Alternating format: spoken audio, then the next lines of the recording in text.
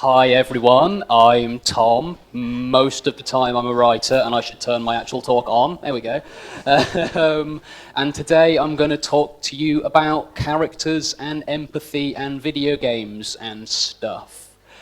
I remember it about 15 years ago when emotion started to be a buzzword in video games.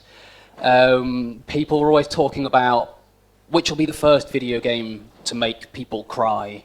For some reason it was always about making people cry. I don't know why that's like the barometer of emotion, but that's what everyone was talking about, I think around about the time the PlayStation 2 came out.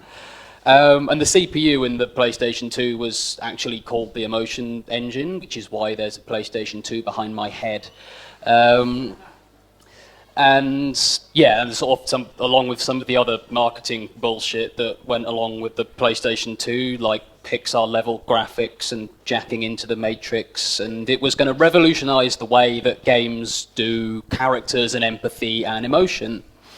Don't know whether it did or not. That's not going to get covered in this talk because I'm going to skip forward to 2013 at the reveal of the PlayStation 4. Where we had David Cage rocking up. David Cage, of course, behind games like Heavy Rain and the one with Ellen Page in it. And he came on stage and told us that the power of the PlayStation 4 was going to revolutionize the way people can do emotive characters in video games. We were going to have so much empathy and characters, and he demoed it all with this weird-looking old man head thing. And I mean, I noticed no one in the room has broken down in tears, which means you're all cold-hearted, horrible people, because that old man head has over 30,000 polygons in it. And according to the David Cage formula for empathy, you should all be feeling over 30,000 individual emotions right now.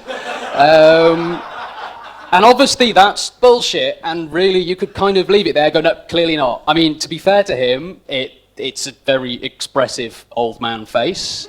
I mean, the emotion he appears to be expressing now seems to be like mild constipation, but still, you can read emotion in his face. He is very expressive.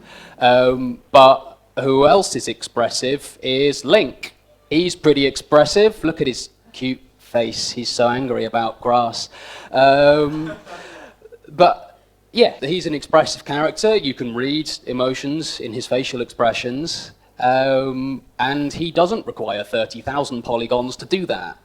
And this is something that like animators and cartoonists have understood for basically ever.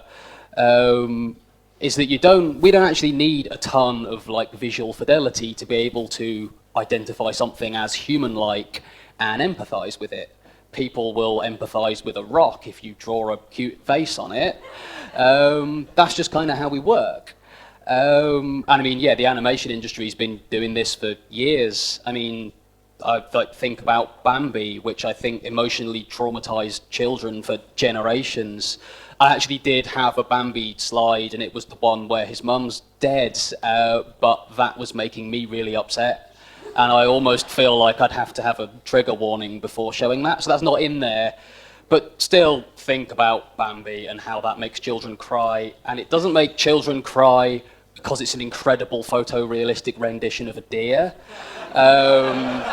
Nobody cares about that. That's not important. It makes people cry because it's written and designed by evil people, but they're evil people with a very good grasp of drawing and timing and animation and music and writing and all of those things combined together to make an experience that people find emotional, that you can empathize with. Now, video games gets a bit difficult because video games introduce interactivity into it. And if you let players do things, which you should do in a video game, that's what they're for, it kind of screws up your ability to tell a story visually or through writing and characters. I mean, the example I always think of is Half-Life 2, which is great game, very well written, great cast of characters, but it doesn't have a good handle on how to deal with player agency at all. I can't be the only person who, in the major dramatic moments, spent them charging in circles around the room and chucking computer monitors repeatedly into people's heads. Because, like, Half-Life 2 had a really shut up and listen to these people approach to, like, character interactions, but it still let you gravity gun people in the face, and because you're a player, that's what you do. So, like, okay, so how can you do empathetic characters better in video games? And now I'm going to talk about Final Fantasy VII, because someone should always talk about Final Fantasy VII at these things. And also because, like, the part where through the game when Aeris is killed is probably the closest video games have to a Bambi moment, like that unifying moment of sadness. I think anyone who's played Final Fantasy VII remembers how they felt when Aeris died, and everyone who hasn't played Final Fantasy VII is really sick of people standing up and talking about it. But there you go. And obviously, we're sad that Aeris dies because the storyline says we should be, because she's Cloud's love interest, and she's the last of her people, and she's out to save the planet and all that. But we also care about her as players, because at the point where she dies in the game, you've probably spent maybe 15 or 20 hours with her as a playable character, as part of your team, and you might have been buying equipment for her and leveling her up. You might have spent hours dicking about in the gold saucer trying to get her a special weapon. And when she dies in the game, that's gone. You lose all of that progress and all of that time you've invested in her as a character, and you don't get it back. And I think this is something that Helen touched on in the previous talk, is the fact that, like, she's dead and gone and you don't get that back is really powerful on, like, an emotional level, because you've invested time and gameplay hours into that character. So when she dies, she's gone, basically. And that's something that I don't think games do often enough. And that's quite powerful. I mean, another character doesn't come back and replace her. It's literally all the time and effort you've invested in that character's gone. And I'm just going to go through a few other examples of games that I think are good at that sort of thing. You don't have to be a 60-hour RPG to do that sort of character thing. This is Ico. Ico is one of my favorite video games. It's also a video game that shouldn't really be good, because it's a full game of escort mission. And escort missions are horrible and shouldn't be in video games, but somehow they made that work. And they made that work by integrating Yorda, who's the girl you have to carry around the entire game, basically. She's the key to every puzzle in Ico. You can't get out of any of the rooms you're in unless Yorda opens the door for you. So you can charge around and do all the puzzly bits and solve everything, but unless you bring her with you, you can't get out of the room. You need her to progress in the game. And so at a certain point in the game when she's taken away from you, you feel that as a player from a gameplay perspective, and the game does quite a good job of, like, sticking you in environments that previously you might have got through really easily. Now you can't, because you can't open the doors because she's gone. And again, you miss her from the storyline perspective, because the game informs you that you're supposed to care about her. But also, yeah, your relationship is based in the way the game plays. And taking that away is powerful. The player feels a sense of loss. This is Brothers, A Tale of Two Sons by, I think it's Starbreeze. I've actually written it on there, but yeah, it is. And it does something really interesting that I've not seen other games do, and I'm sure there are examples and people call me out on them, but it actually ties the relationship between the two main characters in that game, the pair of brothers, to the player's controls. So one analog stick steers one brother and the other one steers the other. And initially that's really annoying because we're not used to playing video games like that. It takes a while to get used to controlling characters simultaneously. And you struggle with it and get pissed off. But eventually you get used to it and you're solving puzzles with these two characters at once. And then, again, at one point, the game takes one of the characters away for whatever reason. And because you've come to, like, physically rely on having those characters on your analog sticks, it's a weird, like, physical sense of loss when that character's gone. And that reflects their relationship in that game really well. again, from a storyline perspective, his brother's gone, that's sad. But from a gameplay perspective, you can only do half as many things as you could before. And that's quite powerful, that's quite affecting. The last game I'm going to talk about is The Last of Us, which I think does a really good job of building up a relationship between two characters and reflecting that in the gameplay. The Last of Us, again, a bit like Ico, is more or less an escort quest for an entire game, but kind of like you can't really screw it up, so it's fine. But basically, the central relationship is between Joel, who's your grizzly, beardy video game man, and Ellie, who's the younger girl. And at the start of the game, Joel sees Ellie as more or less a burden. She's someone he's just got to schlep across this wasteland to get some guns or something, I think's the reason. I don't remember, but it's something selfish and profit-based. And the game kind of reflects that. At the start of the game, Ellie's pretty useless. She sort of follows behind you and she hides behind boxes when you're in a fight with the bad men or the weird zombie things. No, they're not. I can't call them zombies. That's wrong. They're mushroom people. I don't know. They're cleverly renamed zombies. But as the game progresses and the two characters become closer and Joel starts to trust Ellie and Ellie starts to become more useful to the player, she'll distract enemies for you, or if you're getting ganged up on by 5 dudes, she'll actually like jump on one of them and give you a chance to take him out. After a certain point she gets a gun and then she's actually helping out with firefights.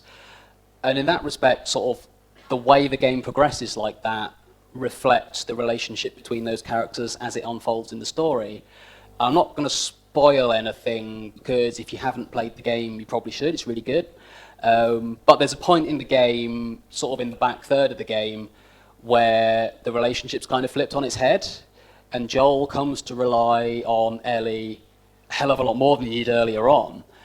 And there's a really interesting gameplay twist that changes how the game plays, makes that relationship suddenly much more important, and it makes the choices that Joel has to make at the end of the game a lot more affecting to the player, because rather than sort of telling you this is a girl and you're supposed to care about her because video game, go to the end, you've sort of lived that relationship through the way the game plays. And that's something that I think only video games can do. And I don't think very many video games do it well. It's not just a case of doing really good looking characters or weird old man faces or whatever. And you can't just write a really good script and kind of bag it into your video game, because people will throw computer monitors at your characters' heads. And I mean, that's basically where I'm going to wrap up. I have more examples, but I don't think anybody wants to sit through me telling them what video games I think do a good job of emotions and stuff for the entire evening.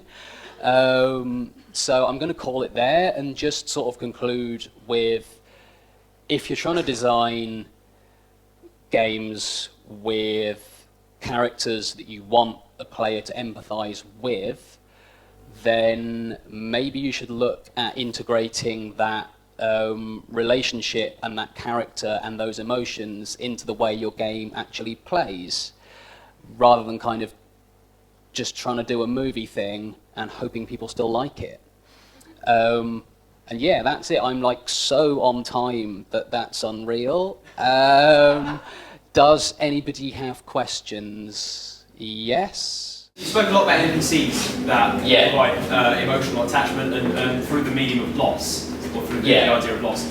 How about, are there any protagonists, the people you play, that you find that losing things create sort of a meaningful relationship? I'm thinking about the reboot of Tomb Raider, where the creative director said, "Oh, you want to protect Lara because he's an idiot," instead of be Lara.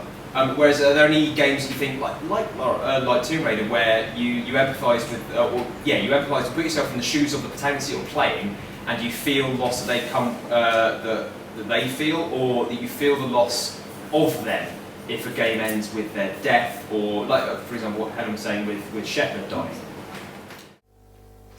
I think the Tomb Raider thing is a good example of a game telling you to feel emotions and not doing a particularly good job of reflecting that in how it plays, because we're supposed to feel sad for Lara, isn't it sad? But then she's massacring people with a pickaxe, and that doesn't really gel. But yeah, in terms of like player loss, I was going to actually talk about, I had like a slide that was XCOM, but it could really go for any of those strategy games where things like Fire Emblem is a good example, where you have a character that you can customize and name and then spend time with and level up and invest in and then send them out on a mission and then they get killed forever. I've had really like panicky, actual like visceral reactions to those sorts of games.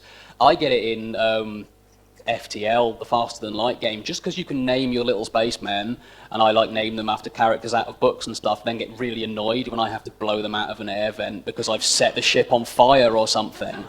And there's that moment where you're like, I mean, it's stupid because I'm giving a crap about a tiny man that I've named after someone I know, but that level of like connection, and again, it's that like permanent loss thing of the characters that you're playing as, is a hell of a lot more effective than if it was just random grunt dude 5 or whatever. How much do you think the sense of player culpability from the fact that we are playing games and we do have a degree of agency in it plays into that emotional response? So one thing Mass Effect 3 did really badly was a mission that happens later in the game with Planet Name. Essentially the mission goes badly, lots of people die, Reapers win, but you didn't have any part in that. It always happens, and you know it always happens, so it doesn't really resonate. It's more the game telling you this is supposed to be really sad and it just falls flat. Whereas with XCOM, if someone dies on your team, it's your fault because you made a mistake, unless it's the percentage system being crappy again. That's a quirk of that game. But you usually feel that it's your fault and that you could have done something better. How much is that either necessary or beneficial to the emotional response that you get for losing things which you have invested that time in? I think tying player agency into the story is very important if you're trying to do story in a video game.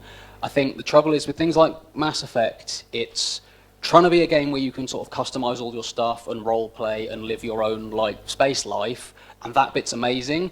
But it's also got to tell this overarching story of the Reapers are coming and they're going to get stuff. And at some point, there are going to have to be events that the player can't influence just so it can tell that story. Like, if a planet has to die, then as part of that larger story, then they're not going to let you affect that because they are still trying to it's ultimately still telling a linear story that you're able to affect bits of, but not all of it. I think that's a trade-off you often see in especially bigger releases where it's got to be, there's elements of personalization and elements of customization and elements of character interaction, but it's still trying to tell an overarching story. And I mean, that's really interesting to me from like a design perspective, is how you kind of square that, whether you can have an authored story that still allows complete player agency, or whether in order to allow player agency, you can't do that. You can't tell a narrative anymore in that sort of traditional linear sense. Yeah, I'll go with someone over there. Yeah. At the start, you're talking about how it almost seemed that empathy comes from the ability to like manipulate our facial expectations. So looking at this and even how it's easy almost in animation. I remember the first time that I thought essentially empathizing with the character was actually in Sonic 2, because if you do nothing and just leave the control alone, he'll stand there and then he'll start tapping his foot. And then you see a minor change in the actual animation from that point, and then he lays down and continues to tap his foot the more and more he's frustrated with the fact you're not doing anything. And I think almost that you can, again, it's like tied into the behaviour and tied into the wider like road repercussions almost of how they're feeling that you can put across. Yeah, I mean, Sonic actually sort of turns and looks you in the eye as if he's frustrated in that bit, and that's great. And yeah, it's little quirks like that that develop a real sense of character, rather than trying to make the most sort of visually impressive, expressive old man face ever. It's little sort of, it is little quirks like that, and I mean, and they had to do it a lot more back, in the olden days of gaming when Sonic was maybe 32 pixels high. You have to do things like that to make him seem like a character, and I think a lot of that's lost in sort of the days of like being able to stick Ellen Page in your game and mocapping everything. I think that's I don't mean to hate on David Cage constantly. I like some of the things he's doing. I think his work's really interesting. I also don't really think he understands a lot about how to do character like that. And it's those little visual quirks and animation stuff. Like, I come from an animation background, so I sort of notice that stuff, and I think that's a really effective way of it's a shortcut of shortcutting to people's emotions, and that's quite easy to do. And I really like it when games do that. That's why, like, Wind Waker Link's my favourite Link, because he's got such an expressive face, which is just some eyes and a small mouth. I like that sort of thing. How are we doing? Okay, I'm probably going to have to call it there. Sorry, guys. I'll talk to you afterwards about stuff. That's awesome. All right, thank you very much.